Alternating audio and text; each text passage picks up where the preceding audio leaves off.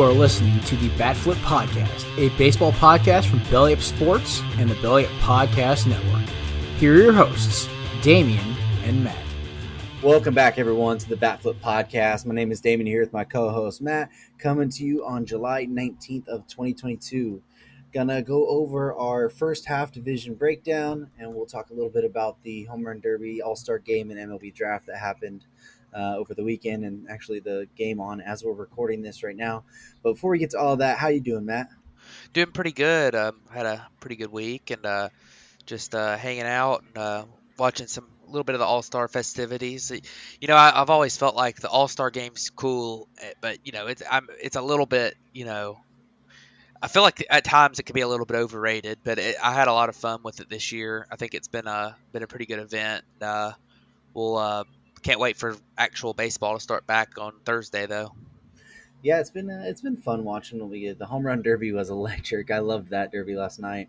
The draft was pretty fun, but out of all the All-Star games through all all the leagues and whatever, I do feel that baseball still has the best one. It's the most competitive, at least. Yeah.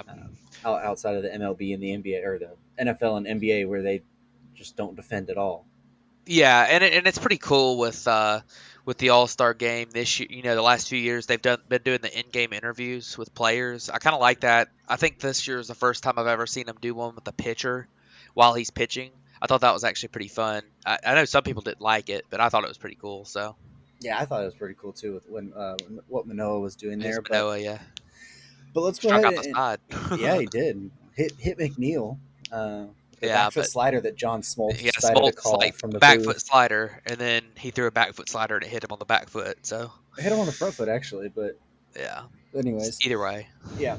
Well, let's go ahead and just kind of look at the MLB draft a little bit. I know most people aren't going to care that much about it, but it's an event that they've been making bigger over the last couple years. They've put it on All-Star Weekend now.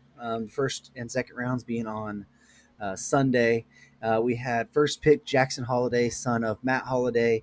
Second pick in Drew Jones, son of should-be Hall of Famer Andrew Jones. And then we had a kind of curious third pick. Yeah, first off, congrats to Jackson Holliday and Drew Jones.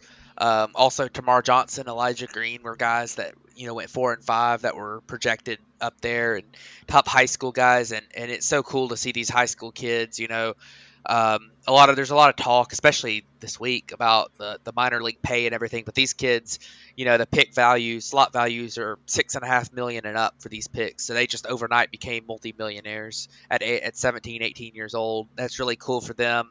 Of course, Jackson Holliday, son of, like you said, son of Matt Holliday, and good shortstop prospect. I really like him. Drew Jones is a little bit more of a riskier prospect, but he's got the highest upside in the draft. But man, that number 3 pick, I didn't understand it when it happened, but it made a little bit of sense as the draft went on with some of the guys that the Rangers were able to get later in the draft because of the money they saved. But Kumar Rocker went number 3, and he was a guy that went top 10 to the Mets last year. I think he went number 10 to the Mets. Yeah, I know it was the Mets, but he had some medical concerns. They didn't like his elbow, and he withheld some medical information. And then he ended up needing shoulder surgery, which honestly, shoulder injuries are worse than elbow injuries when evaluating draft prospects nowadays. Because, you look at that elbow injury and they think, oh, you can get Tommy John, and just about everybody that gets Tommy John comes back fully from it. But nowadays shoulder injuries can be a little bit more tricky. So, but he went number 3 to the Rangers, but they saved enough money to go grab a guy who was considered the top high school pitching prospect, and they cut him in the 4th round. So, because of the money they saved with that underslot. So the draft can be kind of weird with slot values and stuff. And of course, all these guys that got picked today, with the exception of maybe 1 or 2, we won't see for a few years in the major leagues. I think Kumar might actually be a guy that gets up there to the upper levels and the major leagues next year, and as well as maybe a couple of the relievers that got picked later on, like maybe Cooper Jerpy and Ben Joyce, the Tennessee flamethrower that got picked in the 2nd or 3rd round. So, but definitely a lot of fun. Congrats to everybody who got drafted. Some cool strategy. It's a lot of fun to watch. There's a lot more strategy to it than other drafts. So it was definitely interesting. Yeah, because it's not one where you're going to have these guys up right away. Like you're mentioning, it's going to be years away. So to see the way that teams draft and the players they do to, because it's not like the NFL or the NBA where they have basically a set value for each pick, and you sign that contract. Like the pick will have like 8.5 million, but you could sign them to like 5 million and save that money, which the Rangers did with Kumar Rocker, and then overpay somebody later on. So it is pretty interesting to watch it, and I do like that they've moved it to All Star Week. I know I've seen some flack of that, but it kind of makes the event feel a little bit more, I don't know, hyped up. Like most people didn't used to care about the MLB draft because you're not going to see these guys for 2, 3, 4 years even. So most people didn't really care. They're just like, we'll just figure it out when our team has the prospects, and then figure out when they were drafted and stuff like that. But Yeah, it's a love hate for me. Every some of these guys, it's unfortunate. It's good for some of them too because used to the draft was going on during the college postseason. yeah, So, that was kind of tough. These kids couldn't, fully embrace the whole draft. But now, it really does put college coaches in a bind because it's so late that they don't know who's going to be coming back to their team or which high school player is going to go to college. So it's kind of, it can be tough. But from MLB standpoint, I think it's pretty cool. We'll see when these guys are able to get to rookie ball or short season ball when that might happen. But this is the first year they've done this. So. But definitely a cool event. Congrats to everybody who got drafted. Some pretty cool stories there. Actually, one more note. I saw a kid got drafted today that was a running back for Oklahoma State that had found that had watched some YouTube videos on how to pitch during the pandemic, and he actually got drafted today as a pitcher. He's throwing like mid-90s on the mound. I huh. thought that was a pretty cool one. That just there's stories like that you see all through the draft. It's pretty cool. Yeah, I know. I had a kid drafted from Bakersfield. It threw me off. We were actually in the chat together when it happened. Yeah. I didn't even know that was even a thing, and then they said it, and it caught me off guard. And actually, ends up that I know his dad. Oddly enough, I used to race at the track over here when he was racing. So it's pretty cool. Anyways, not gonna blabble on too much about that, but let's go ahead and move on to the home run derby, and we'll wrap this one up and then get to the breakdown. But the home run derby was last night. Was had some big names. You had Ronald Acuna, Pete Alonso, Kyle Schwarber, Albert Pujols was in it, and the guy who pretty much stole the show was rookie sensation Julio Rodriguez. Yeah, Julio Rodriguez was incredible. He hit over 30 home runs in his first two rounds. And the third round is shorter, and he still hit like 20, even though it wasn't enough. I thought the home run derby was really fun. Julio Rodriguez was awesome at 21 years old, just showing off his talents. Albert Pujols was really fun to watch him come out and win his first round matchup against the National League leader in home runs, Kyle Schwarber. I thought that was really cool. Pete Alonso got dethroned finally, and Juan Soto who's been in the news a lot. Ended up, in fact, next week will be the week we talk about Juan Soto, probably for like half the show. But Yeah, he he ended up winning the Derby. I think it's kind of there's some things I don't like about the format for the Derby now. I think that it puts a lot of more on the pitcher than on the hitter because obviously the hitter needs to hit home runs, but if your pitcher's throws a bad pitch, you end up you're not able to take it because it's timed now. Instead of being able to take bad pitches, so you're just kind of having to swing at everything. And if your pitcher's not throwing good pitches, you don't have a chance. And I don't. The round format's kind of to me. I don't know. I mean, Juan Soto hit like half the amount of home runs that Julio Rodriguez did, but he won the Derby. I mean, I think that's kind of goofy, but either way, it was a lot of fun. The event's not really about who wins it; it's about the guys showing off their talents and having some fun. So I thought it was a really cool event. yeah, it was really cool, and to see a guy like Julio Rodriguez go out there and just people didn't know what really to expect from him, and he went off, and there were some good matchups in there. The Schwarber Pujols matchup that went to overtime, and then they had to have another, or the swing off for extra time, and Pujols hit like 7, and then Schwarber couldn't match that. It was pretty fun. And then was it Soto versus who was his first matchup?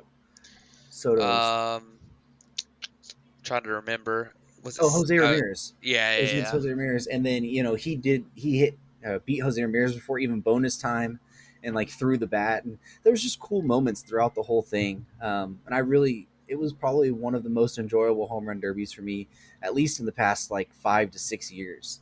I had felt like it kind of started losing its luster a little bit, and they got a lot more of the star players out there this year, and the fun storylines throughout, and just watching guys. Um, you know, in that part, I do kind of like the round format just because it's head to head. You have to beat somebody, so it makes it puts pressure on the first guy to hit as many as he can, then pressure on the second guy to match that. Um, but I do understand the time limit thing because Julio Rodriguez's pitcher was a machine, just pitched it in the same place every time, and all the other guys were kind of wild all over the place. So overall, though, it was a really fun event, and I felt it was a perfect kind of thing with the draft into that, and then leading into the actual All-Star game that's happening right now. It just kind of seemed to flow perfectly.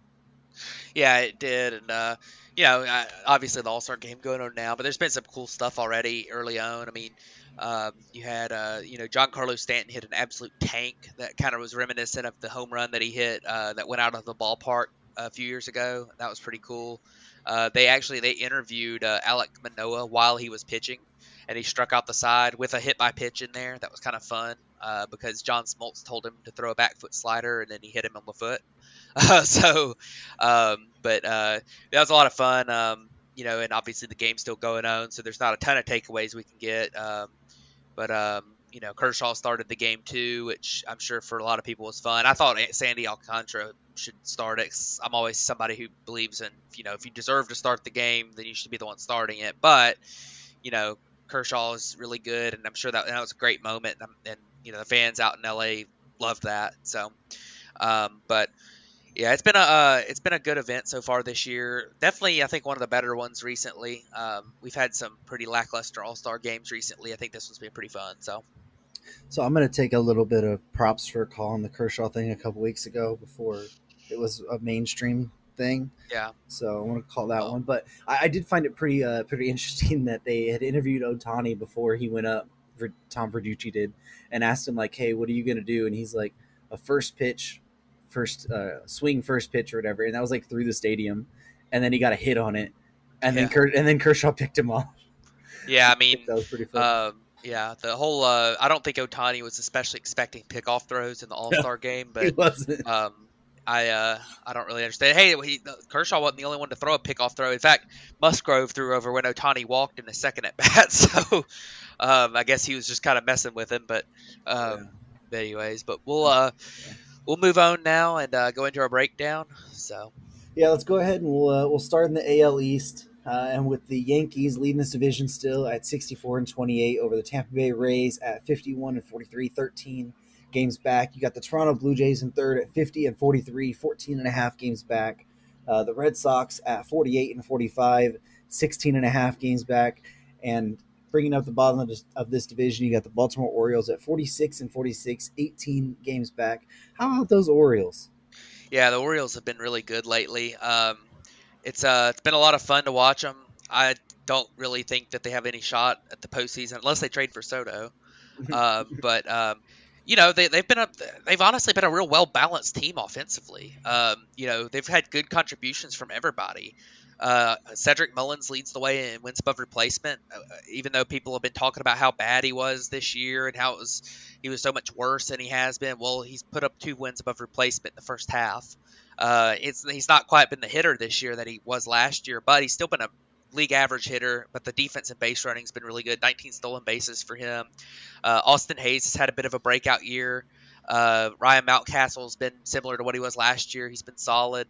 But the big thing, too, is that, Adley Rutschman coming up. He hadn't completely gotten going yet, but he's looked really good. All of his peripherals make it, and analytics make it look like he's going to just absolutely take off in the second half. He's had some bad luck so far, but he's already been worth 1.3 WAR in 46 games, but above league average hitter with the horrible luck he's had, and he's actually been a really good base runner too. He's been positive in the metrics of base running. Jorge Mateo's actually been pretty good for them. Insane defensively, 9.7 defensive value on Fangraphs, and he's already stolen 22 bases, so that's been pretty fun, even though the bat is just not good at all. But the pitching's been solid for them. they've had some guys you've never heard of do pretty well. Tyler Wells has been good. Jordan Lyles has actually been pretty good. Jorge Lopez has been great out of the bullpen. He's their all-star. They've had some pretty good outcomes there, and it's been a lot of fun to watch them. With their farm system so good, they might get some more reinforcements in the second half. I wouldn't be totally shocked to see Gunnar Henderson the way he's played at AAA. And honestly, it's really unfortunate too that Grayson Rodriguez got injured early in the season, because I think he would probably be up by now, and give him really a guy who I think is going to make an instant impact when he gets up to the big leagues, and I think he's going to be a future ace. Yeah, Grayson Rodriguez is really good. I wouldn't be surprised to see DL Hall come up soon. Yeah. I mean, he's been crushing it down there as well. Gunnar Henderson, like you mentioned. But that farm system's just so loaded. They're the ones that drafted Jackson Holiday as well. It's going to be a really interesting team to watch the next couple weeks because they've been so hot. They pushed this 500 record. They're in contention for a wild card spot. I think, what are they, like 3.5 games out or something? Yeah. But you're probably going to look at them as a team who still sells at the deadline, sells some of their pieces. And I'm not totally against that. Like, I do think you're a couple years away, at least a year away from really competing. So they're going to be a team interesting to watch at the deadline for sure. But it's been really fun to watch them go on. I think it was a 12-game win streak. Yeah.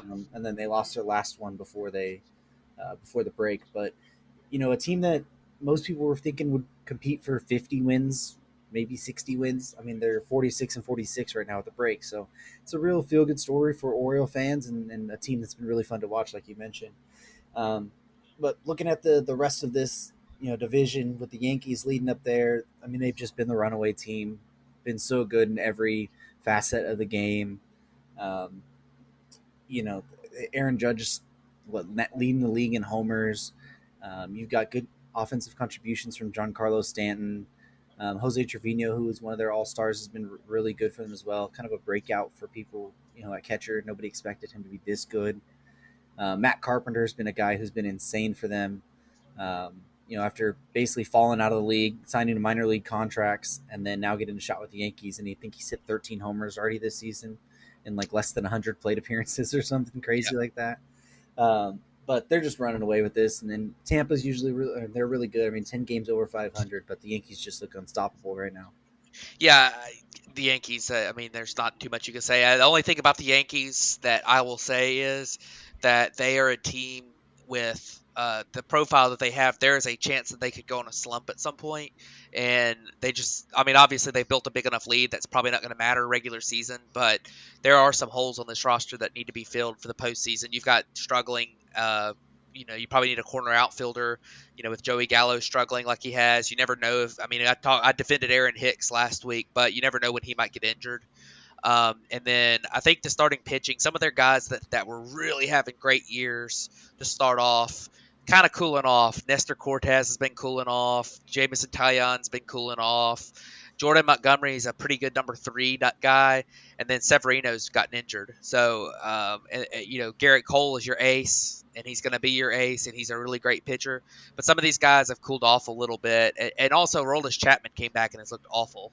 So, there's some places they could even get better on this team. But looking at the rest of this division, these 3 teams are some of the most interesting in the AL because they're all really real wild card contenders. The Blue Jays, I think they're going to be fine. They actually fired their manager this week, which was interesting. They seem like a team that just needs a kick, and that might be something that gives them a kick a little bit. But they should be fine. The Rays are interesting. The Rays have dealt with a lot of injuries, and the fact that they're still 51-41, when they get some of their guys back, it's going to be really, really tough to beat the Rays. I mean, you're looking at a team that, they're missing Wander Franco again, and they've been missing him a lot this year. He's going to come back at some point before the end of the season, and this is a team you could look out for if they, when they sneak into the wild card, and their pitching's really good. In fact, a shout out to Corey Kluber, who's been incredible this year. A 3.73 ERA, a 3.42 FIP. He's been really, really good, and he stayed healthy most of the year. And then Shane McClanahan started the All-Star game tonight. It's been incredible. He actually had a bad outing in the All-Star game, but and then the last team here, The team that's really struggling is the Red Sox, and I think that pitching is finally catching up to him. And in fact, Chris Sale is back on the IL again. Yeah, he returned and got hit with the line drive on his pitching hand. Ended up breaking, I think it was his pinky, and had to undergo surgery to get that fixed. And they just lost Trevor Story to the IL Yep. right before the break as well. So they're a team that, I mean, they have all the talent too. It just they need to get something in there with that pitching staff to kind of help them bump up that rotation for a potential playoff run. But like you mentioned, I mean, this whole division above 500, and I think we said it was going to be one of the most competitive divisions coming into the year, and it's lived up to every bit of that. And I mean, you could say anyone from Boston, up, they can be true playoff contenders. Yeah, for sure. So, well, let's go ahead and move over to the American League Central, where we have the Minnesota Twins at 50 and 44, leading the division. We got the Guardians at 46 and 44, 2 games back. Again, then you got the Chicago White Sox at 46 and 46, at 3 games back. Then you got Detroit at 37 and 55, 12 games back, and then Kansas City at 36 and 56, 13 games back. Yeah, so looking at the Central, the Twins are hanging in there. It's not been pretty, but they're been able to hang on to the top. They've got a really good lineup. Byron Buxton, he's been really good. He's actually been extremely unlucky still. He's only got a 216 average, but a 225 batting average on balls in play for him. And his approach is actually better than it ever has been. He's hitting the ball a long way. So lots of extra base hits. And obviously, with him, you talk about great defense and base running as well. Luis Arias has been one of the breakout stars this year. Hit 338 on the year. Doesn't strike out, and he's actually he's actually got a 450 slugging percentage. A lot of that related to the high average, but still 148 WRC plus. And looking down the lineup, Max Kepler's been really good for them. Jorge Polanco's been good for them as usual. Carlos Correa has been really good. He's dealt with some injuries this year, but he's been really solid. Trevor Larnach's been good. This whole lineup's been pretty solid. And then pitching wise, they've been a little bit better at the top than we kind of expected. Sonny Gray's been really good, and Joe Ryan's had a great year so far. But they really need some help in that pitching. The bullpen's been really bad, and they've had pitching injuries too. Chris Paddock being out most of the year's hurt, but they need to add some pieces, and they have the depth in their farm system to maybe add a couple pieces at the deadline. But looking down at the Guardians, they're another team that they're a pretty average team. They've got a lot of holes. They're a good team that has a lot of holes. I mean, their infield, Jose Ramirez, Andres Jimenez, and Ahmed Rosario have all been really good. Jose Ramirez has been incredible. He's an MVP candidate, as he always is. But and Andres Jimenez has had a breakout year. Ahmed Rosario has been solid. Stephen Kwan's quietly kept himself as a really good player. Definitely a great on base guy. Really a prototypical leadoff guy. Something you don't really see that much in the majors anymore. 361 on base percentage for him as a rookie. Really solid. Josh Naylor has been good for them, but pitching wise, I mean, they got Shane Bieber's been fantastic, but their bullpen, they always find a way to scrap together some pitching. Tristan McKenzie's been good. They could probably use some help in their rotation and in their bullpen, go behind their top guys. They're a team that they just scream average team to me. But in this division, that could be good enough. Yeah, it could be good enough, especially since they're only 2 games back. They're only 2 games over 500, but like you mentioned, this division's not like the AL East at all. Yeah. Minnesota, you never know. I mean, they're 3-7 over the last 10. Their pitching has really struggled as of late. Emilio Pagan, who they were using as their closer, just basically got kicked out of that role for Johan Duran, who should have been in it to begin with. But losing Paddock hurt for them. They need to get another arm of some sort in there, just to give him some more innings. Like, I wouldn't be surprised to see them trade for Michael Pineda again, a guy who, he's on the Tigers this year, but was with Minnesota the years prior, and just gave him a nice solid arm to get him through 5 or 6 innings. So he wouldn't be a guy I wouldn't be shocked there. Cleveland, you mentioned, they always have good pitching. Between Bieber, McKenzie, Quantrill's been all right as well as a number 4 guy, but Plesac hasn't lived up to what they wanted him to be this year. Savali's been terrible. The bullpen's been really good, but they're just getting Karinchak back. He's looked not great since he's returned. So they're really going to need him to round back into form if they want to really make a push for this division. And then you got the White Sox there at 46 and 46. They just seem to have so much controversy around them right now. Every day we're wondering if this is going to be the day Tony La Russa's fired, and it seems like they're just going to keep him through the season. I mean, they have had some good performances. Dylan Cease has looked amazing, a 2.15 ERA this year with a 2.67 FIP. Hendricks has been good. Johnny Cueto's been actually really good for them as well. Kopech's been pretty decent. Giolito struggled. You really need him. A guy who was looked at as going to be your ace. You need him to kind of turn it around. And then on the offensive side, Jose Abreu's been what you expect: 304 average, 387 on base, a 147 WRC plus. Luis Roberts been really good as well, 301. On base is down only at 334, but he's not known for that. But a 126 WRC plus. Tim Anderson, when he's played, he's only got 65 games played, but a 121 WRC plus there as well. But some other guys have really struggled. Yohan Moncada hasn't played a lot. He hasn't looked great. Eloy Jimenez hasn't played hardly at all. I think he got injured again. But overall, this team is a team that we thought would be better, and they're just screaming average now. Yeah, looking at this team, this is a really polarizing team, but I do think that they end up winning this division. They have too much talent. I know that they're struggling, that they've struggled this year, but look at them. They're only 4 games back, and there are gaping holes on the top 2 teams. And this team has a lot fewer holes. The rotation's going to be okay. Dylan Cease is great. Lance Lynn has not gotten going yet since he came back from the injury, but a lot of that's been a bad luck. I mean, he's got a 7.50 ERA in his first 7 starts, but he's got a 4.07 xFIP. The strikeouts are a little down, but he's not walking guys. So, you would expect him to be back to close to decent. Lucas Giolito's got a 3.66 xFIP, even though his ERA and FIP are a lot higher than that. I think he'll end up being okay. There's just a stretch with him. Obviously, like we talked about, Dylan Cease has been great. Bullpen is still pretty solid. They could use a little bit more depth in that bullpen, I think. They might add that at the deadline. But the lineup, like you said, they've dealt with so many injuries, and they also have dealt with the fact that Yasmani Grandal has not been good.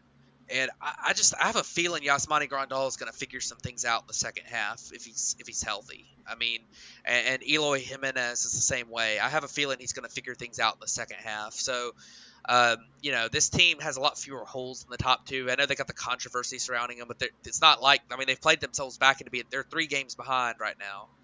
And if you look at some of the projection systems, Fangraphs has them at a 55% chance to make the playoffs. So, we'll see what happens with them. But the other 2 teams here, the Royals and Tigers, the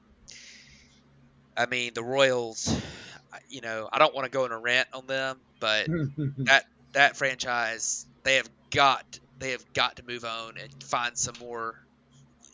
They got to change in the way they do things. Their their ways their baseball has passed them by.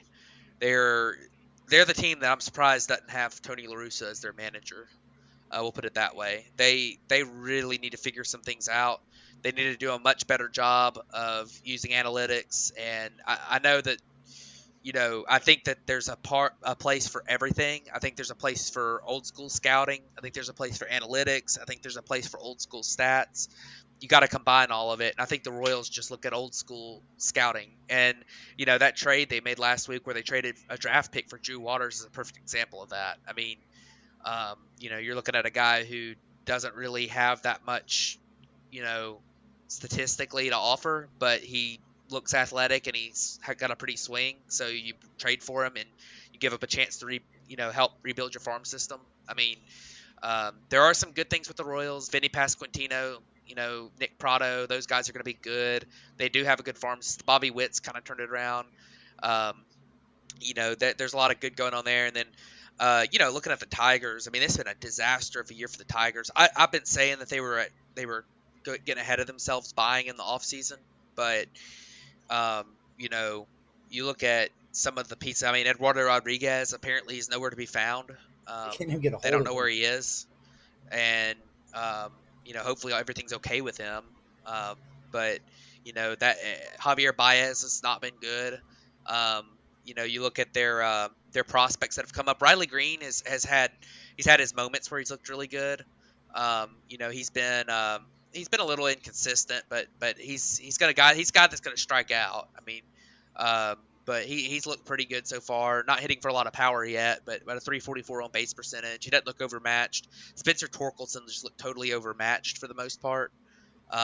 He had -1 WAR, and he just got sent back down to AAA. So there were some things that made you feel like he wasn't totally overmatched, and it was kind of like maybe he should stay at the big leagues to figure it out a little bit. But I don't know if I would have sent him back down. It's not like they're replacing him at the big league level with anybody that should be playing in the field. I mean, I guess they're playing.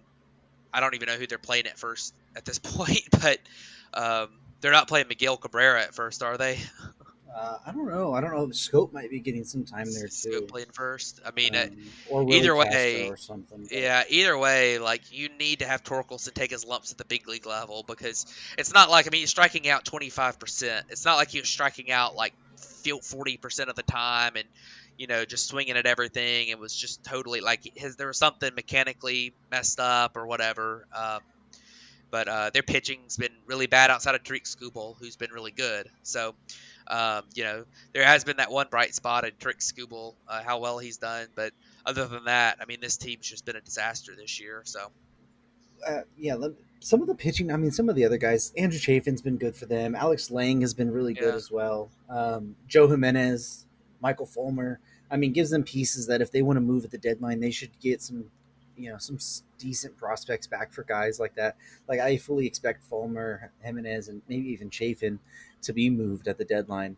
Gregory Soto's been good as well. He's their all star this year, but this offense has been awful. I mean, you look at it, yeah, Scope is a 56 WRC plus, Javi he's their Baez leader in WAR. 74. Yeah, Derek Hill 59, Willie Castro 80, Daz Cameron 91. I mean, they just have not been good at all.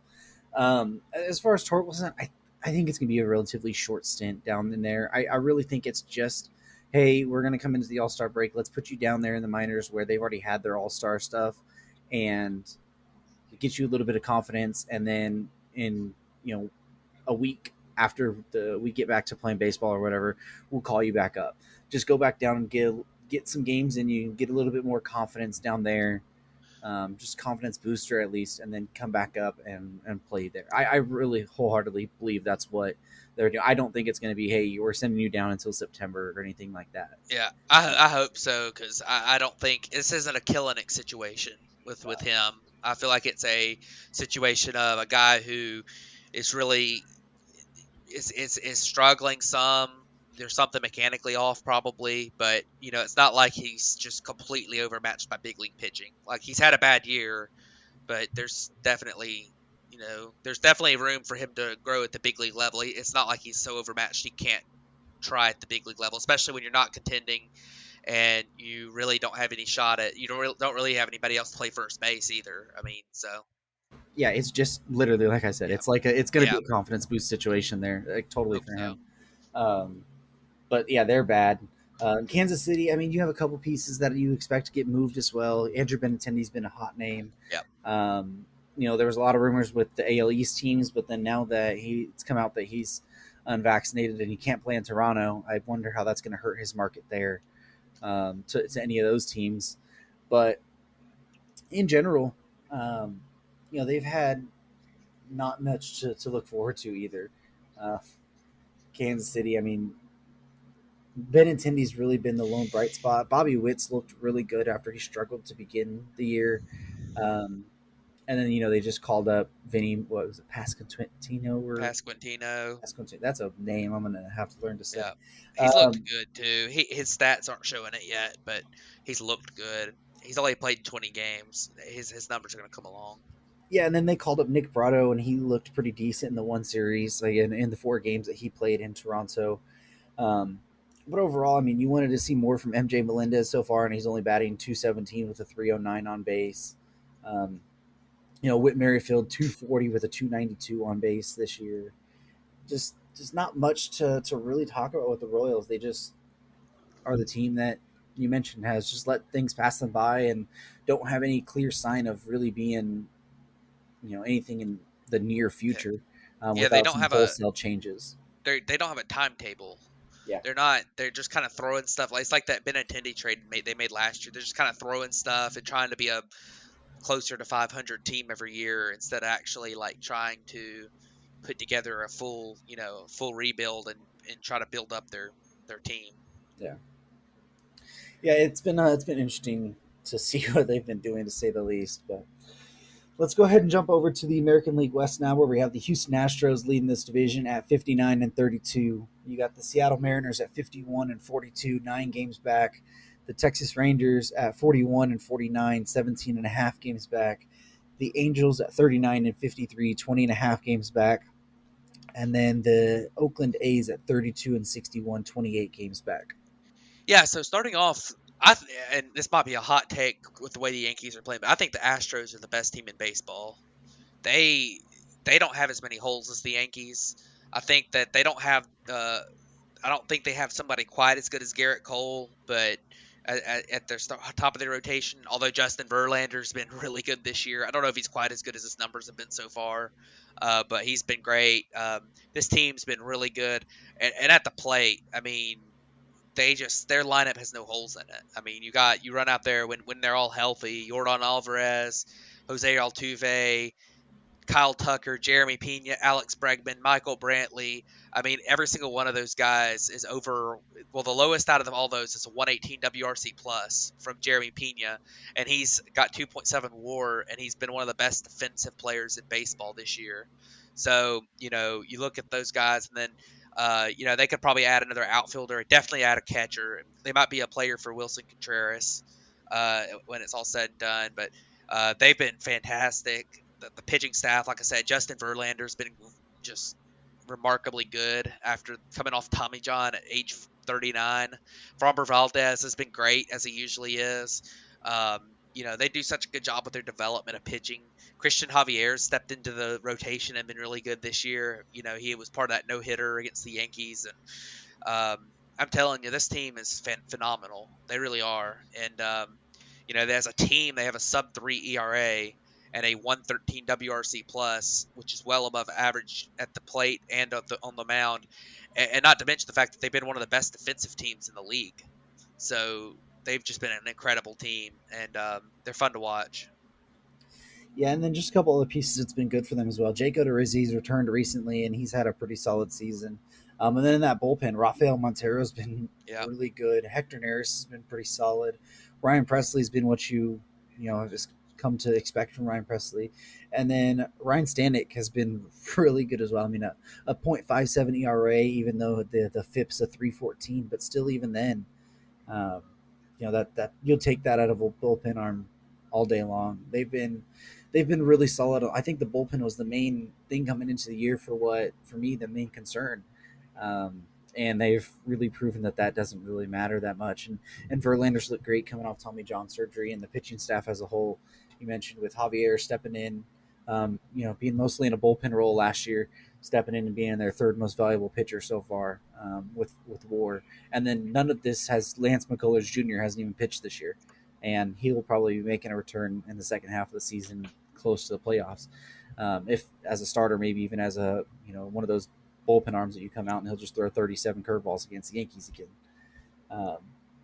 But they've been really good. But the hottest team in baseball is in this division. That's the Seattle Mariners, winning 14 in a row and really vaulting themselves back into contention here. They're in a wild card spot right now.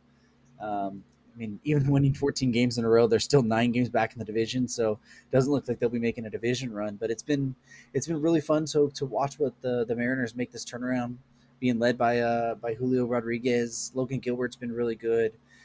George Kirby's been solid. I know they sent him back down, but he's expected to come right back up.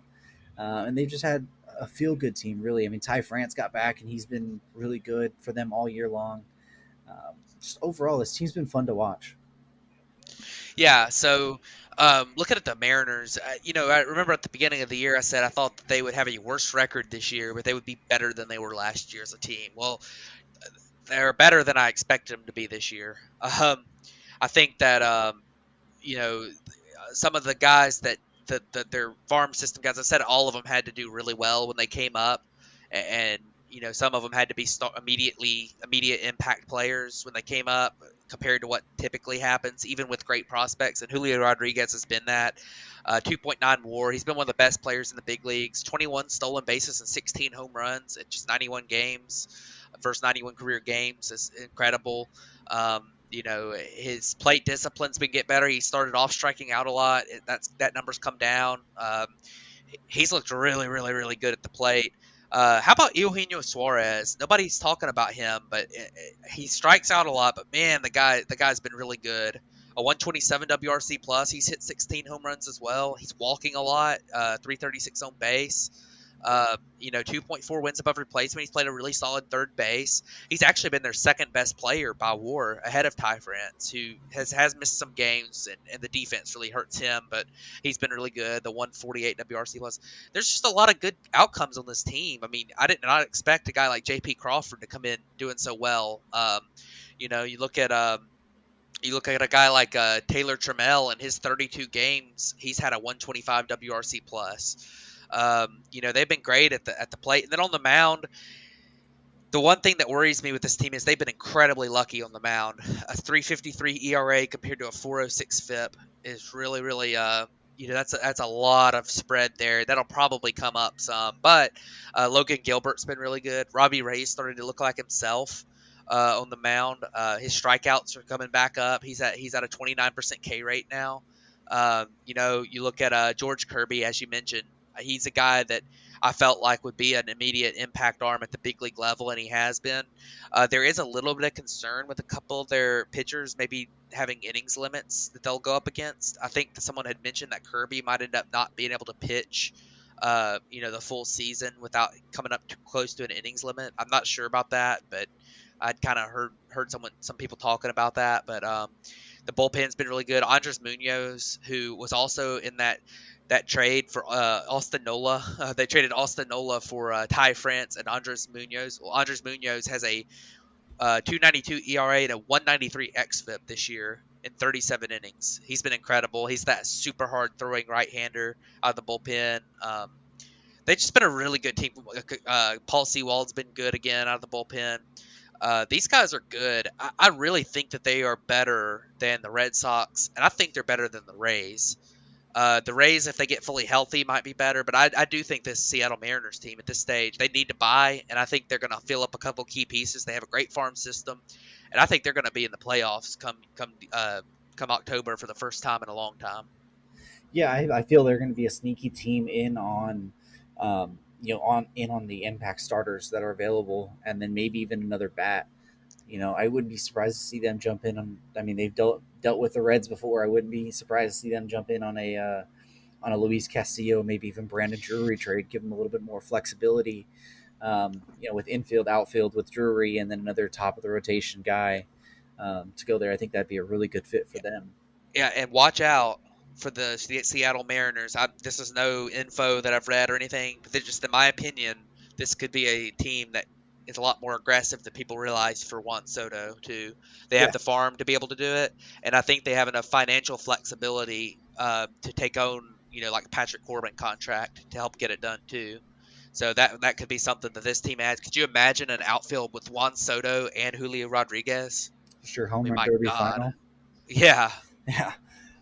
It's going to be interesting to see. I mean, I know we'll talk more about the Juan Soto next week, but it's going to be interesting to see what it takes to do that and what it would look like from the Mariners, because I'm assuming you're going to have to part with some major league pieces, at least a major league younger guy, and I'm not quite sure who that would be for the Mariners, if it would be a Kirby or what, but they've been a really fun team to watch. You got the Rangers, who, I mean, they go through their stretches where they look really fun. John Gray's looked pretty decent as of late. Marcus Semien and Corey Seager have really started to turn it on the last month or so and look like the players that were, expected to be with their contracts. But this was a team we mentioned before the year. They just didn't have the pitching depth. They didn't have the depth in the lineup. The bullpen wasn't that great. And it just basically, I mean, I think they've outperformed what we expected them to at the moment. If you had told me they were only going to be, 7 games under 500 or 8 games under 500 going into the All-Star break, I would say that's probably, 5 or 6 games better than what I would have expected.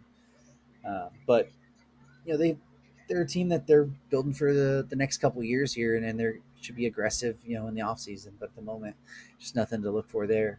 And then the Angels, a team that I think I predicted to win the division. I thought they were going to be a lot better.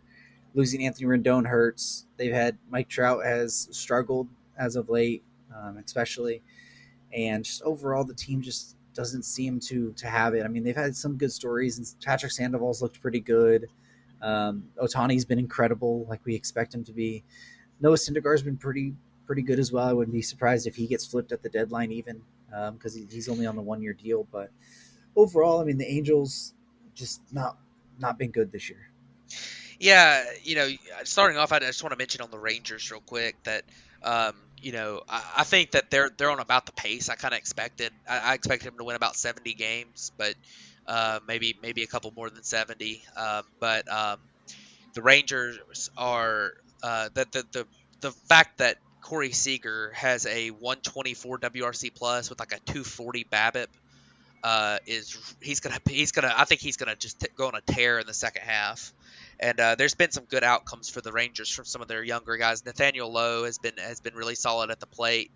That's been a nice thing to see. He needs to work on his defense at first base some, but he's been good at the plate. Adolis Garcia has looked a little less like he was a fluke last year. And Marcus Semien and Corey Seager obviously have been as advertised this year. Although Marcus Semien hadn't been quite as good as he was with the Blue Jays, he's still been good and he's getting better. But they're they have a lot of work to do on to build depth on that team, and they have a pretty good farm system, so they could maybe have some of that come internally as well. But you talk about the Angels, and it's just sad to watch their guys waste away here. I mean. And I'm starting to get I'm a little bit worried about Trout going forward. He's been fantastic this year statistically. I mean, you look at his 270 average, 368 on base, 599 slugging, but the contact rate's starting to get a little bit scary for me. He's really, really, really struggling to make contact right now.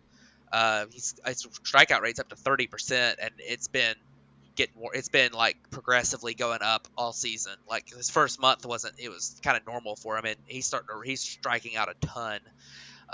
So I'm a little worried about that. And of course he's injured again now all of a sudden. Shohei Ohtani obviously has been fantastic. It'll be interesting to see if he ends up getting traded. I think that would be an off-season thing for sure, but it'll be interesting to see what happens there. But I mean, this team's just got so many holes. I mean, you got 3. Taylor Ward's been great this year, but other than those 3, I mean, you got just nothing. And pitching wise, I mean, it's Shohei Ohtani. Patrick Sandoval's been solid. Behind those 2, I mean, Noah Syndergaard's been okay. Lorenzen's been okay. The bullpen's been horrible. I mean, this team's a mess, and I don't know. I've been really high on them the last couple of years, thinking that they just had some bad luck, whatever. They've been a mess, and I don't know when they're going to pull out of that. But looking at another mess too, last team in the division, just to mention the A's, they're probably going to be moving a couple more pieces at the deadline, although they don't have a whole lot left to move. You might see Ramon Laureano go. I wouldn't be totally shocked to see them shop around Sean Murphy at the deadline, but I think that they're probably going to hold on to him just because they could probably, he's been a little bit unlucky at the plate this year. I think he could end up having a better season next year, and maybe get more value for him. You kind of be selling low on him right now, but the A's just don't have a whole lot there. So Yeah, the A's are just, we've talked about there through the fire sale they've had this year, and then getting ready to trade a couple other pieces. Like, I expect Sean Murphy probably to get traded, and maybe even Paul Blackburn, who's their all-star this year. It wouldn't be a big shock to see them get traded there, but just not a lot to talk about with. They already traded their 4th best position player, who only played 56 games, Christian Bethancourt. Yeah, Like, Montas probably gets traded, but yeah. he's been dealing with some shoulder stuff, so it's going to be interesting next couple weeks. He was supposed to return on the weekend, and then they pushed that back now to after the All-Star break. But he's going to probably get 2 starts before then, so he's going to have to show that he's truly healthy again for them to get the return they're wanting from there. But I mean, they've had some bright spots. Zach Jackson has looked pretty good. AJ Puck has looked pretty good. Sam Moles looked decent for them as well. Um, and then on the offensive side, Murphy's looked really good. Ramon Laureano's looked all right at 115 WRC plus. Other than that, though, just nothing has been encouraging Yeah. with the A's. But let's go ahead and move over to the National League East, where you have the New York Mets at 58-35, leading the division. You got the Atlanta Braves at 56-38, 2.5 games back. The Philadelphia Phillies at 49-43, 8.5 games back. The Marlins at 43-48, 14 games back. And then the Washington Nationals at 31-63, 27.5 games back. Yeah, so the Mets have continued to be really solid. They're a team that they're really interesting because they put up really good at bats at the plate, don't strike out a lot, and they put the ball in play. And they don't hit for a lot of power, but they've had really good outcomes at the plate so far. Their pitching staff is really good. They've had Max Scherzer has come back from his IL stint, looked really good. Edwin Diaz is putting up one of the best seasons I've ever seen from a reliever. He's been incredible. I know the ERA at 169 is incredible, but it's not like the best ever. But he has an 0.82 xFIP right now, and he's striking out over half the batters he faces. That's just insane. You look at some of the other guys. Carlos Carrasco's been decent. Taijuan Walker's been really good actually. So Chris Bassett's been all right. So this team's been really solid. They definitely need some more bullpen depth, I think. Other than Edwin Diaz, I mean Seth Lugo's kind of struggled at times. You look at maybe a guy like Adam Ottavino has a good ERA. He's been pretty good for them. But it's like Tommy Hunter, Joely Rodriguez, Adonis Medina. Like some of these guys just aren't all that good. Drew Smith, like they've had a lot of guys pitching in their bullpen that probably don't trust too much. We'll see. Maybe Trevor May comes back at some point and helps them out there. But the Mets have been good. The Braves have just been on a heater ever since the start of June. They've been playing lights out. The rotation's been great. Spencer Strider had a bad outing, his last outing before the All-Star break, but he's been fantastic. Max Fried's been great. Kyle Wright's been so underrated this year. Nobody's really talking about how improved he is. He's been good, and the bullpen has been really solid. Even Charlie Morton started to look a little bit better. He had a bad first half for his standards, but he's looked a lot better lately. Pitching staff's been great. The offense, Dansby Swanson has been fantastic. Riley has been killing it. I think you definitely want to see Ronald Acuna Jr. start to get going, but Michael Harris has kind of saved this offense too this year. He's been really good. So we'll see what happens. One other note with the Braves is that, Spencer Strider's another guy, kind of like we talked about with George Kirby, that maybe ends up coming close to an innings limit at some point where they might need to push him to the bullpen. He's obviously got the stuff to pitch in the back end of the bullpen with his 100-mile-an-hour fastball, but he might be another guy that's like that. And while we're mentioning pitchers not throwing a ton of innings, there's been talk about the Mets and Jacob deGrom coming back soon. I forgot to mention it. He's had a simulated game he was supposed to pitch delayed a couple days because of shoulder soreness, which they say it's precautionary, but that's not a good sign in my opinion. So hopefully he ends up getting that remedied pretty soon. Yeah, I'm not too worried because he's just seemed. I mean, when he's had his starts, he's looked like the Jacob deGrom. I mean, the stuff has been there, and that. So I really do think it's probably just a little extra of the soreness there. I think he'll be back pretty soon with Jacob deGrom there. But looking at the Mets offense real quick, overall, I mean, this team's offense has been really good. I mean, even with Luis Guillorme, you're getting a guy who has a 119 WRC plus. Mark Canha 124. I mean, their top 7 guys have the lowest WRC plus. There's Francisco Lindor, who's at a 117. He's been their most valuable player this year, which I know that's boosted by the defense, but he's having a decent offensive season. I mean, 324 on base is you'd like to see that a little bit higher. But for a guy with the defense he gives you, I mean, he's been pretty decent at the plate. I mean, 16 homers and 66 RBIs from that guy. I mean, he's been pretty good. And then the pitching staff, I mean, they've been pretty decent overall.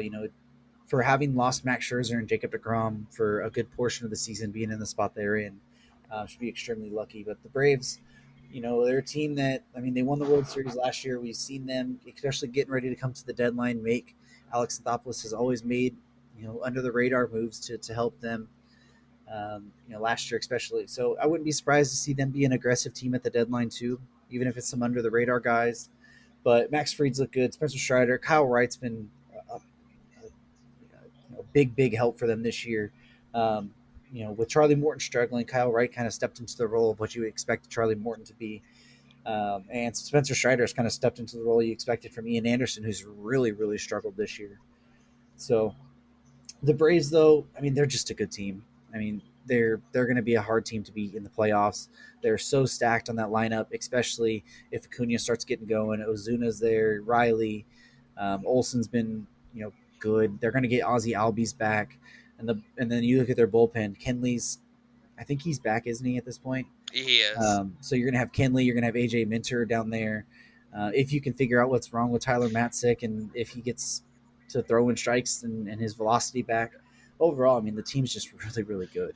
Yeah, one other note for the Braves, Kirby Yates is throwing again. Yeah. So he might be another piece to add to the bullpen here in the second half. Yeah, and then looking at a team like Philadelphia, I mean, we've talked a lot about them this year. Losing Harper really hurt, and I think that's what really takes them. I mean, I know they're in the hunt right now.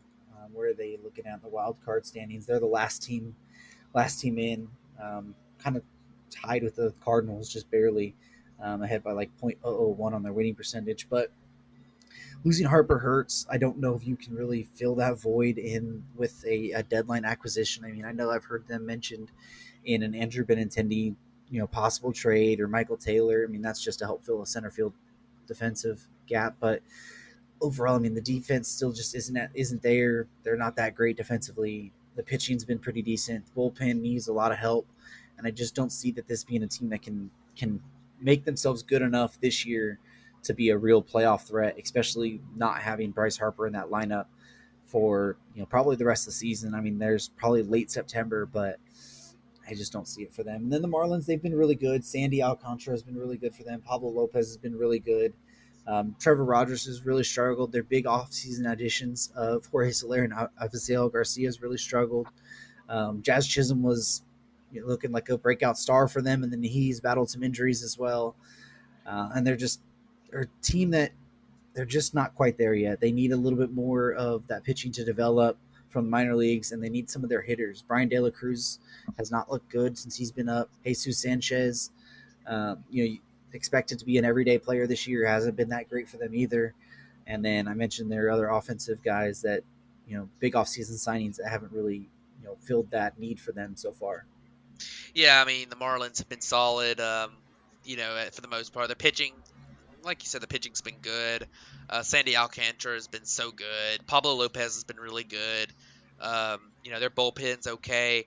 I do want to mention, Braxton Garrett is a guy who was picked real high in the draft a few years ago, dealt with a lot of injuries. He's come up and he's looked really good at the big league level. And Jesus Luzardo is pitching again in the, down in the minor leagues. He had looked pretty good before dealing with some injuries, but his stuff looked great to start the season. So that might be another guy to look out for with the Marlins going forward. But this is a team that, they're not quite there, but they're in a little bit of a similar situation to, for me, is like the Orioles are right now. They're close. They got a great farm system. Max Meyer came up the other day and pitched his first big league game. They got a guy like Yuri Perez in the minor leagues that's rocketing up prospect boards. I mean, they're a team that they've got some really good pieces coming, and they're already a pretty decent looking major league team right now.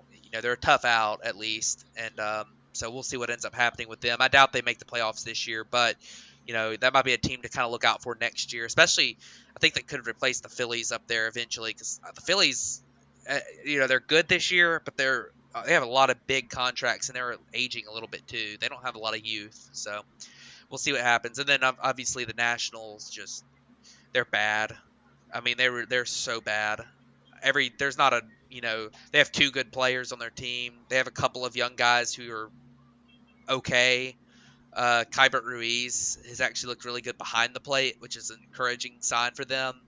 But I mean, they have two good players on their team, and one of them's going to get traded soon. So Both of them actually, might get all of them are traded going to soon. get traded soon. I mean, can Yeah. you imagine? Like, it won't be long. It's entirely possible that the best position player on the Nationals is Kybert Ruiz with a 1.1 WAR at the All Star break. Yeah. I mean, and an 84 WRC plus. Yeah. So man, and then the pitching wise, I mean, they pitching wise is barren as well. I mean, they don't have anybody. I mean, Josiah Gray's stuff has looked pretty good, 27% strikeout rate, but I mean, their starting rotation and their bullpen's been bad.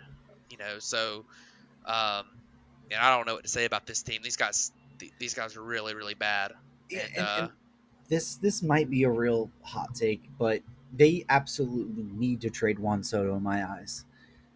It makes no sense for them to try and sign him to a 14-year deal with all that money, with so much invested in Strasburg and Corbin as it is, and have your farm system be barren. And you have nobody to really trade to make that farm system be good outside of Juan Soto. So, like, if he were to sign that contract, where's the real avenue that they get they'll, good? Because they have money already wrapped up. You're looking at a potential sale of the team in general, anyways, and you have no good pieces you'll end up being outside the of Juan Soto. Angels. Well, even I don't even think it'll be then the Angels, because like you already have your big money deals wrapped up so far. Well, the Like, Angels did too with like Pujols on his bad contract for so long, and I mean they had like the Josh Hamilton contract and stuff that held them back, and then you had Trout on his like $400 million deal. So I mean the Nationals. I mean the fact at the end of the day with Soto is that you're not going to find a player that's anywhere near as good as him no, that's long not. You term. don't need to. But That my thing is, you need to get as many young, talented pieces in that trade to start your right direction of your franchise. Like, s- s- keeping Juan Soto is not going to do you any good. Like in 5 years, if you have a barren farm system and you're still one of the worst teams in baseball. Like if you trade Juan Soto and you get four top prospects and two young players now, and you get off of Patrick Corbin's money, like you are set up in a better situation at that point than you would be signing Juan Soto to a 14-year, 15-year deal, whatever it is, and then where are you at from there? You have three big money deals on the books and no prospects. Yeah, I mean, we'll see. I mean, I think at the end of the day, I think Juan Soto probably accepts that deal from another team, but I think he kind of understands that the Yeah. Nationals are going to be really, really bad if he stays there. I mean, Yeah. and that there's really no, I mean, they won't be good even with a trade for of Juan Soto. The farm system's already bad. I mean, there's no depth, so they might end up getting three really high end prospects and a couple of young major leaguers, but their farm system will still be mid tier at best, and they'll still have a horrible major league team. So Yeah, I mean, like you're not expecting them to jump from a yeah, 20th ranked team so to the first best prospect. No, like you have nothing so right now. yeah. Well, I mean, Get I get agree. anything in there. It's just one of those things where it's like the situation is just bad in general. I mean, regardless of which way you go, I mean, you're going to be bad for a long time. So, especially with and even for a team, I mean, the Nationals have run a pretty high payroll for a long time, and but when you cripple yourself with deals like the Strasburg and Corbin deal, plus the fact that they play paying so much deferred money, like I think they're paying Scherzer $15 million for the next 5 years or something, like that's just a bad situation. Yeah. Anyway, we'll talk more about that next week. We need to move on to the Yeah. NL Central. And we got the Milwaukee Brewers there at 50-43, leading this division, 50-44 with the St. Louis Cardinals, only a half game back. Then you got the Pittsburgh Pirates at 39-54, 11 games back. Chicago Cubs at 35-57, 14 and a half games back. Then the Cincinnati Reds at 34-57, 15 games back. Yeah, this division's going to come down to the wire. I mean, both the Brewers and the Cardinals are kind of opposites. The Brewers have great starting pitching, especially when they're healthy, and a great bullpen. The Cardinals have a great lineup. Um, it just kind of depends on which side wins out on that. The Brewers have had some kind of worrisome things lately. Josh Hader's actually looked really bad lately. Like he was having like a historically good year, and then all of a sudden, he now has a 4.50 ERA on the season. Yeah. It's pretty crazy. He's given up a lot of home runs lately. He's walking guys at a higher clip. He's still striking everybody out, but but Brandon Woodruff, he started to get going. His ERA's back under 4. His FIP is 3.04. Corbin Burns is great as usual. Um, Devin Williams has been great in that bullpen. We'll see if Freddie Peralta ends up coming back at some point. I'm not sure if he's coming back or not, but you're looking at their lineup, and I mean, it's Willie Adames who is carrying their lineup again. Victor Caratini's actually been really good at the plate, only 44 games, but he's been one of their better hitters. Keston Hiura has been the weirdest player in the big leagues this year. He's not going to keep that up. A 128 WRC plus with a 44% strikeout rate. In fact, I think they sent him to the minor leagues, but you just know he's not going to keep that pace up with that strikeout rate. And then this team's just they're a very very average lineup with a good pitching staff that doesn't have a ton of depth. So, but in this division, that might be enough because the Cardinals have been struggling a little bit lately, and the Cardinals pitching staff's not that great themselves. So, Yeah, I think the Cardinals are probably the best team here in yeah, general. I think that they have a much better offensive depth there. That with Arenado and Goldschmidt, they should be able to overtake the Brewers. You've got basically nothing from Tyler O'Neill this year. He's back now. Tommy Edmonds looked good. Dylan Carlson's looked better as of late. Nolan Gorman's looked pretty solid. A 120 WRC plus there.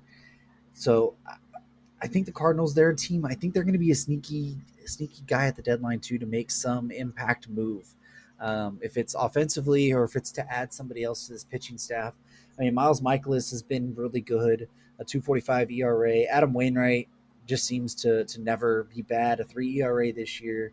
Dakota Hudson's been, you would expect him to be better, but coming off of missing a full season, a 4.10 ERA, it's not terrible for him. But you've got nothing out of Steven Matz so far. 37 innings, a 6.03 ERA. You really need to see something from him. They do need another piece in this pitching rotation if they really want to compete with the Brewers. I think they have the lineup advantage and the defensive advantage for sure. They're a really sound defensive team, but they just need to get somebody else in that rotation to be with Michaelis and Wainwright because Matz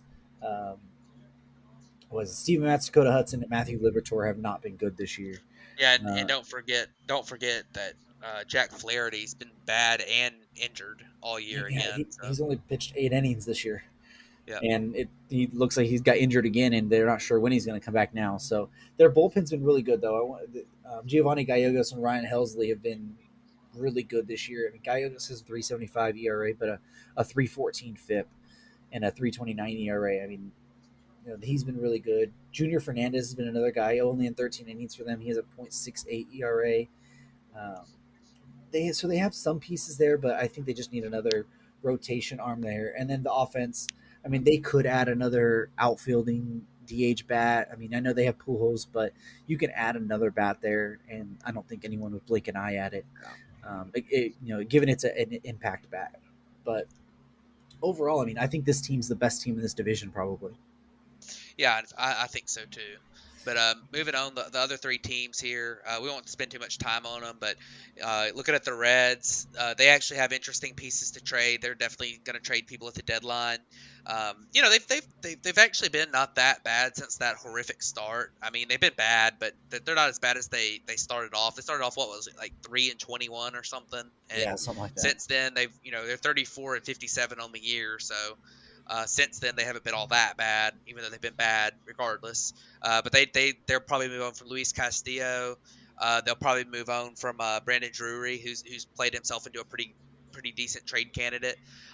We'll see about Tyler Mahle. I think he's a guy who I don't know if I wouldn't hold on to him, but because he's got a couple years of control left, but he probably still doesn't fit their timeline, so they'll probably move him as well. But they'll definitely get some good pieces back for that. The Cubs are really bad. They don't have a whole lot of major leaguers. I don't think, Wilson Contreras will get moved. Ian Happ will get moved. I mean, you worry about some of their guys that are there now. I mean, Patrick Wisdom's just been okay. You know, Seiya Suzuki has been a little bit polarizing, but he's been back for a little while. He's okay. Um, he's been awful defensively this year, but he's been better. He's been okay at least. And then pitching wise, their pitching staff is terrible. I will say that Keegan Thompson has really been been a little bit of a breakout guy for them, along with Justin Steele. Both of those guys have shown some promise going forward. But Marcus Stroman signed that big contract. He's been very mediocre so far. But we'll see what happens. They do have some trade pieces though, and then the Pirates. There's some encouraging things for the Pirates. You've got to see some of your guys get called up. We'll see. Maybe pitchers maybe get traded. I think Jose Quintana is definitely a guy that looks to be traded at the deadline. He's had a pretty good year, and there's a lot of talk about David Bednar as well. So we'll see what ends up happening with the Pirates. But, not a ton of guys for them to move on from. But I could definitely see that. I highly doubt they move on from Brian Reynolds, but his name will be out there, until they lock him up. So. Yeah, I mean, I wouldn't be shocked if Brian Reynolds did get traded if they got a good enough package. I mean, I know they said they want to build around him, but I'm still not quite sure how he fits their timeline. I just don't think they're going to be good enough in the next 3 years to really make that deal worth it. I would probably trade him now, but Bednar's probably going to get moved. Quintana's a guy who's absolutely going to get moved to the Pirates. They've shown some flashes. It's been good to see some of their young guys come up and at least get major league time there. Looking at the Cubs, I mean, you mentioned their pitching staff is just bad outside of Keegan Thompson and in that rotation. There's even been some rumors that maybe Stroman's a guy who could potentially be moved at the deadline. I don't see that happening, but there's been some rumors at least of it, and we're going to start seeing the rumor mill pick up over the next couple weeks. But they do have some bullpen arms that's pretty interesting. Scott Efros is a guy who could be moved. David Robertson and Michael Givens are probably two guys that will get moved. I could really see that. And then, I don't know, I could probably see a team maybe wanting to trade for a Wade Miley. I mean, if the Cardinals, I wouldn't be surprised. I mean, he's been, 19 innings, but he's been solid. I could just see him being a back of the rotation, somebody that just wants a solid innings eater to get in there if he's healthy. I mean, that's going to be the big thing. If he's healthy, I could see somebody trading for him. And Wilson Contreras, you would expect him to get moved, but you never know. I mean, there's been some rumors that they might want to try and sign him to a contract extension, but you would think that would have already happened. Ian Happ probably should be moved for the Cubs. He's a guy who's been volatile before, and he's having his best season. He should probably get moved. And then looking at the Reds, Luis Castillo, Tyler Mahle, Brandon Drury, you mentioned guys who all absolutely should be moved at the deadline. I expect at least Drury and Castillo, but Mahle probably should be as well. He's probably at the height of his value at the moment as well. Just overall, though, those bottom three teams, they're nowhere near competing. It's going to take, a couple years probably for each of those teams to get into position, at least. But jumping over to the NL West, you have the Los Angeles Dodgers at 60-30 leading the division. You got the San Diego Padres at 52-42, 10 games back. The San Francisco Giants at 48-43, 12.5 games back. Colorado at 43-50, 18.5 games back. And then you have Arizona at 40-52, 21 games back. Yeah, I mean, looking at the Dodgers, they've been really good this year. Freddie Freeman's been hot lately, playing extremely well. Trey Turner's been great. Mookie Betts has been great. He's even missed some games, and he's still got a 3.3 WAR. The whole lineup's been performing well. I mean, Will Smith's been really good. Gavin Lux has broken out to a certain level. You'd like to see him hit for a little more power, but he's been great getting on base. You'd obviously, I think, you're still worried about Cody Bellinger. I mean, he's been really, really, really, really rough at the plate again. So, but we'll see what happens. Max Muncy is he's having such a weird year. He's having a real similar year to what he did in that COVID shortened year. Just an unbelievably low batting average on balls in play, leading to a 160 average. But I mean, his strikeouts and walks are similar to what they always have been. And he's hitting for some power, at least 9 home runs. So maybe the elbow's affecting him a little bit, but definitely definitely a guy that you look to maybe improve some as the season goes on. And then, you look at the rotation. I mean, they've been missing Walker Bueller, and they've still been really pretty solid in the rotation. Not quite as good as they have been in the past, but Kershaw has been really good in his when he's pitched this year. Only 12 starts, but he's been solid. Tyler Anderson's looked really good. Tony Gonsolin, he's really outperformed his peripherals, but the 2.02 ERA is really, really solid. Julio Urias is kind of the same way. This is a team that, their peripherals are on the pitching side are some of the best in the big leagues, but they are outperforming them by a pretty good bit. So we'll see if they end up coming back to earth there a little bit. But, man, that offense is going to carry them regardless. They're just a really, really, really good team. Yeah, the pitching depth is really going to be the key for them. I mean, they've lost Walker Buehler. Andrew Heaney's been, only started 3 games for them. He's supposed to be nearing a return. You're going to get Dustin May back at some point. He started to pitch his first rehab games after the Tommy John surgery last year. And then the bullpen depth has really been tested. I mean, Evan Phillips has been really good for them. Craig Kimbrell, I mean, if you look, he has a 4.35 ERA, but a 1.95 FIP. Like, as of late, he's been really good. He had a horrendous start. And then a big blow-up game against San Diego when he got hit with a pitch in the back. But outside of that, he's been pretty solid. Daniel Hudson, they've lost for the year with a torn ACL. Brusdar's been injured and on the IL right now. So the bullpen's going to be a concern for them. They're going to need to get another guy there. But there's not much this team can do. I mean, on the offensive side, you mentioned Bellinger.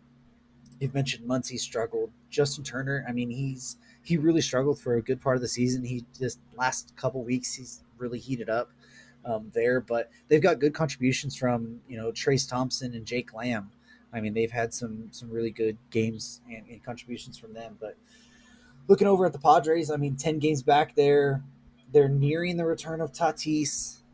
Probably it's looking at late August at this point, middle August to late August. Keeps getting MRIs and some progress, and then swinging bat, and then now some are saying that they don't like what they're seeing, but that it's still some progress. So who knows what's going on there? But I mean, overall, the team has been good. Musgrove has been really good for them. A 2.42 ERA, 3.08 FIP. Darvish has been his ERA is 3.41 and his FIP's 3.44. You'd probably like to see that be just a tad better for Darvish, but I mean, can't really complain. He's striking people out, not walking as much, which is a big key for him, as long as he doesn't walk guys. Sean Manaea has been pretty decent, but you'd like to see him be better. He has a 4.11 ERA and a 4.07 FIP. That's like number 5 starter. He's kind of your number 3. Clevenger's came back and he's looked solid as well. Blake Snell's really struggled. He's had some good starts, but he's really been struggling this year, especially with the command. 5 walks per 9. Mackenzie Gore looked really good to start the year. He's kind of fallen back lately, and he's almost up to over 4.5 walks per 9 as well. So they're going to be a team that I think could make a pitching move. I even wouldn't be surprised to see him maybe trade Blake Snell away and acquire another pitcher. And then on the offensive side, they're a team that has been looking for an outfielder. There's been some rumors that they could be interested in Joey Gallo, maybe trading for him or Brandon Drury. But, I mean, Jake Cronenworth's been good for them. Manny Machado. Profar has been pretty solid, a 114 WRC+. Nomar Mazar has actually been a really good story for them. In 36 games, 122 WRC+. This is a really good team. They just need some more around the edges. You need Tatis back. Playing themselves into a 10.5 game or a 10-game hole against the Dodgers right now. Even though you play each other 9 times in September, I just don't know if you're going to be able to make up that gap. Yeah, I mean, the Padres are struggling right now, and I just don't see where this team can. I feel like they're outperforming already what they are right now, especially without Fernando Tatis Jr. But they've traded away so many pieces that would have made this team really good. I mean, this is the prime example of a team that got way too aggressive. They traded away Ty France and Andres Munoz for Austin Nola. Austin Nola's been bad for them this year. Like the pieces they traded for Blake Snell, I don't even know if they've been good, but Blake Snell hasn't. You look at this team's looking pretty rough right now, just when it comes to the amount of talent and stuff on the team. Obviously, their record's still good. I think they still have a chance, especially if Tatis comes back. But we'll see. And then, but moving on, looking at the Giants, 48-43 so far this year. They've had some pretty good outcomes.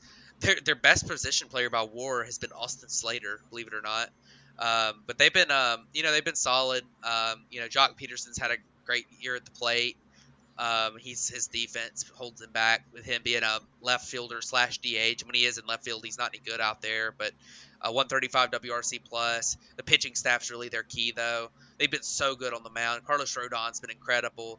Logan Webb's been incredible. Alex Wood has been really, really good. His ERA's higher than his peripherals. But this team's big calling card, or this team that so far this year, their defense has been horrendous. You're looking at like a defense that, based on Fangraphs numbers, minus 47.6 defensive value compared to the Phillies, who we've talked about all year, at minus 22. I mean, they so far defensively they've been twice as bad as the Phillies. I mean, you're looking at a lot of aging players probably playing into that, but man, that is really, really, really rough. So we'll see if they can figure out a way to improve that some. But this is a team I think is probably better than the Padres, but they just so far haven't been as good. So. Yeah, I probably still think that the Padres are a better team, but this is sort of what I expected the Giants to be last year. I know I've said that multiple times throughout other episodes, but I didn't think they were that good last year, and they've kind of backed that up this year. I know it's really been a steep drop off in defense, but I just think the overall the offensive players that they had last year, losing Buster Posey, you weren't expecting Brandon Belt and Brandon Crawford had the same years they were having, or as they had last year at least. And then on the pitching side, I mean, you lost Kevin Gossman, you got Rodon, so that kind of washes it out there. But Anthony DeSclafani, who was a big piece for you last year, has been bad when he's pitched this year, and he's out for the year. Now, Alex Wood, I mean, he's struggled at times, but, he's kind of just been that 4 or 5 guy. I just feel like overall this team it wasn't that good last year. They overperformed, and I feel like they're at the numbers they should have been at last year now. But anyways, moving on to the last two teams, you got the Rockies there.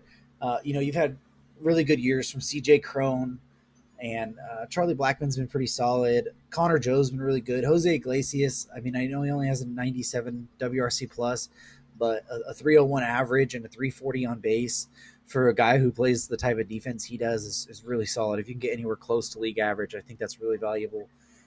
Brendan Rodgers had a really good start to the year. Has really fallen off lately. And then you've got Chris Bryant back. He's looked pretty good when he plays. I mean, 33 games. Sure, he only has 4 homers, but a 302 average, 366 on base, a 119 WRC plus.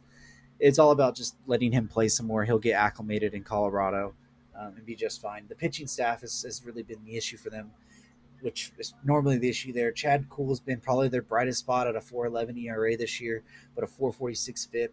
Kyle Freeland's been bad. Antonio Senzatella has not been good either. Herman Marquez has the worst graded fastball in baseball now. Overall, I mean, they just not many pieces here on the pitching staff that give you much hope. But I wouldn't be surprised to see a guy like Daniel Bard be traded at the deadline for something.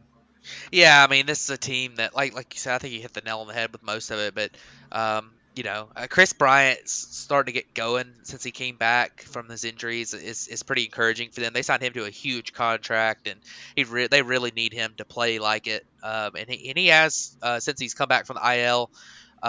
He started off really slow, and I wonder if part of the slow start was dealing with injuries a little bit, and then maybe he's fully healthy now.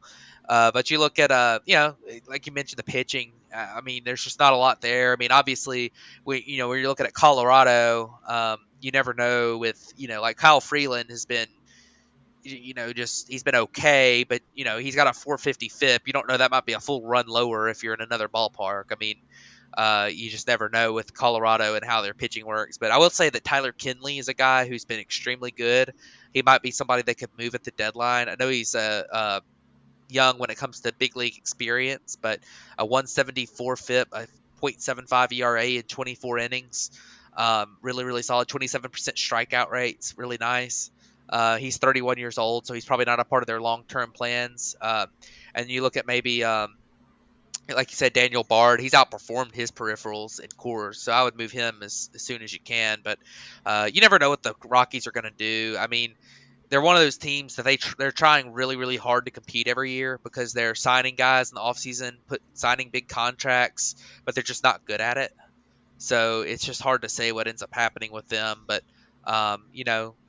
we'll see. And they're also so unpredictable when it comes to the trade deadline. I mean, they didn't trade their guys last year that were on expiring contracts, and they got nothing for them. So I mean, it's especially John Gray, who they didn't even offer a comp, a qualifying offer to, which was weird. So, I mean, this is a team that they make some weird choices, but we just never know what's going to happen with them.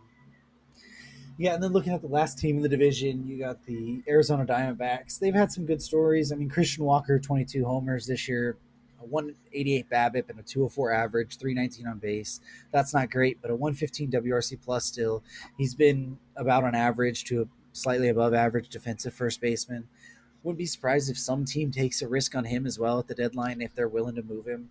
Ketel Marte and Josh Rojas have both had pretty good seasons for them. You would expect a little bit more from Dalton Varsho. I think he's really struggled, especially as of late, only having a 299 on base percentage. David Peralta, just kind of been exactly what you'd expect there. Carson Kelly really struggled to start the year. He's looked a lot better as of late. The last month, batting 283 with an 880 on OPS at least. So, I mean, they have some pieces on the offensive side that show some hope. They're going to probably get Corbin Carroll probably at the end of the season, if not next year. But they're top three in the offensive side with Corbin Carroll, Drew Jones, and Jordan Lawler now in that farm system is a really good start. And then looking at the pitching staff, you got Merrill Kelly, who's been pretty good this year, 3.26 ERA, a 3.33 FIP. Zach Gallen, a 3.56 ERA, a 3.99 FIP. Zach Davies has been kind of what you'd expect from Zach Davies, actually right around a 4 ERA, just slightly above 4 on the FIP. Joe Mansupply's had a really good year for them. Really broken out as a mainstay in that bullpen. Bumgarner has a 3.88 ERA and a 4.59 FIP. I mean, you want that to be better, but at this point, if you get that from Bumgarner, if he can bring that FIP down a little bit, I think you take it. Overall, I mean, just in the pitching staff, you would expect some of these guys to be a little bit better. Luke Weaver, the FIP is really low at a 2.89 and an 8.78 ERA, so that's going to take a step back. But that top of the rotation at least has shown some signs of hope at least for them. But I wouldn't be surprised to see a guy like Merrill Kelly potentially be moved. Yeah, I mean, this is an interesting team. I would definitely move Merrill Kelly. Even if he's got some control with him, he's 33 years old, so I'd go ahead and move him. Look at a couple other guys. You look at maybe Joe Mantiply might even get moved. He's 31. I know he's got a lot of control, but 31-year-old reliever, I'd probably move him as well. He could probably fetch you something in return that's at least interesting. It'll be interesting to see what this team does. They do, like you said, they have a lot of really good prospects. And man, Christian Walker, I mean, that is a crazy stat line with him. A 115 WRC plus with a sub 200 batting average on balls in play. His plate discipline numbers are really good, and he's hitting for a lot of power. He's hitting the ball really hard. I think he could go somewhere. And he's also been, as for a first baseman, he's been a great defensively too. So I would be surprised if he got traded somewhere and then absolutely took off for whoever he gets traded to. And Ketel Marte's kind of weird. He's had a great year offensively. 127 WRC plus. He's been his walking a lot more than he ever has, but his defense has been really rough. So which is kind of unusual for him. I don't think he's been a great defender in his career, but he hasn't been a really bad defender necessarily. That's definitely kind of interesting to look at. And defensive metrics can be kind of wacky sometimes. So, maybe Ketel Marte's, maybe he'll flip that around a little bit. And I do know he was dealing with a hamstring injury too. That might have worked, and he might be DHing some too. Might affect that. But in general, I mean, overall, I mean, looking at each side here, I mean, there's definitely going to be some good division races. The AL Central, the Central really divisions are going to be good races. The NL East could potentially be a really good race as well, depending on if Jacob deGrom comes back and what the Braves are able to do at the deadline if they do anything there. And then looking at the wild card races in both sides, right now for the American League, you have 4 teams under 4 games out in the wild card, and then in the National League, it's really down to, I mean, San Francisco's a half game out, and then Miami's 5.5 games out there, with the Cardinals pretty much tied with the Phillies. So it's going to be interesting to see if any of those teams do anything at the deadline to try and push themselves up. But really, it's going to be divisions in the National League, and then I think the wild card and even a division in the American League. What are your thoughts? Yeah, I mean, I think this is going to be fantastic coming down the stretch. I think you're definitely going to see the NL East be a crazy division race between two big rivals, both the Central divisions, like you said. I think Brewers Cardinals is going to be another similar great race between two division rivals. The AL Central is just crazy between 3 teams, and you just have no idea what's going to happen there. I think that the wild card in the NL, I think it's going to be a good race between 2 or 3 teams. I think you look at like the Giants, Padres, Phillies, and and Cardinals all being really close together for 3 spots. I wouldn't be totally shocked if the Marlins found a way to get close-ish, but I don't think they're going to have really a major chance. So, but you're looking at the AL, the wild card race in the AL is going to be pretty wild as well. You've got the 3 teams from the American League East. I think that they'll battle with the Mariners, and maybe a team from the AL Central gets hot. I mean, if the Twins or the White Sox, I think the White Sox are probably going to win some games going down the stretch. So whichever team finishes second there might have a chance.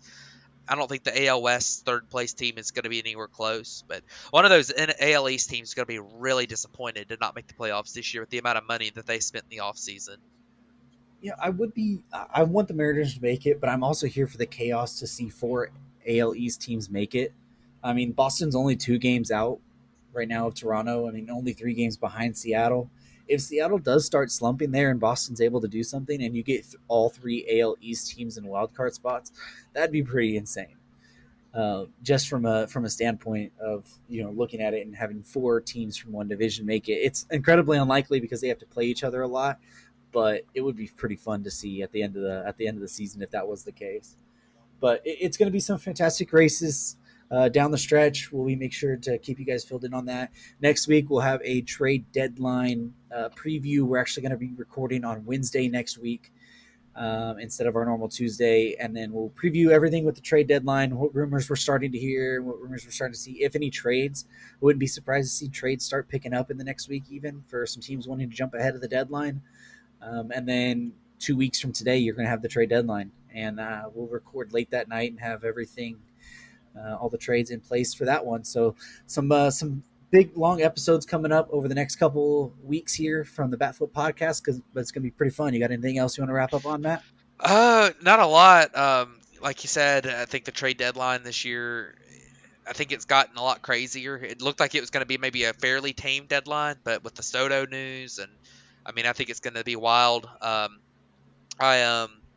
think that that it's really going to shape some of these races. I think you look at baseball in general having a good year. I'm excited. The All-Star game. There's been a lot of good talk just all around about the All-Star game. Kind of in the general public, a lot of people watching it that aren't mainstream baseball fans, which is pretty cool. And I'll say, I was also, just gonna throw out. I'm going to the Braves game on Saturday, and man, I'm excited because they're playing the Angels, and I cannot wait to see Shohei Ohtani play. He's pitching Friday, so I'm gonna miss his pitching performance by one day, but I'm really, really excited to get to see Shohei Ohtani play. I'm really disappointed that Mike Trout's not playing. The Angels only go to Atlanta like once every 6 years or something until the schedule change. But I have got to see Mike Trout before. I was actually at the last game that the Angels played the Braves in Atlanta, which is kind of crazy. But it'll be interesting to see what happens there. But man, I was just so excited to get to see somebody like Shohei Ohtani play baseball. I can't wait. Yeah, it's going to be pretty fun. But that's pretty much going to wrap it up for this episode of the Batfoot podcast. Thank you guys for tuning in, and we'll catch you guys next week. Thanks, everybody.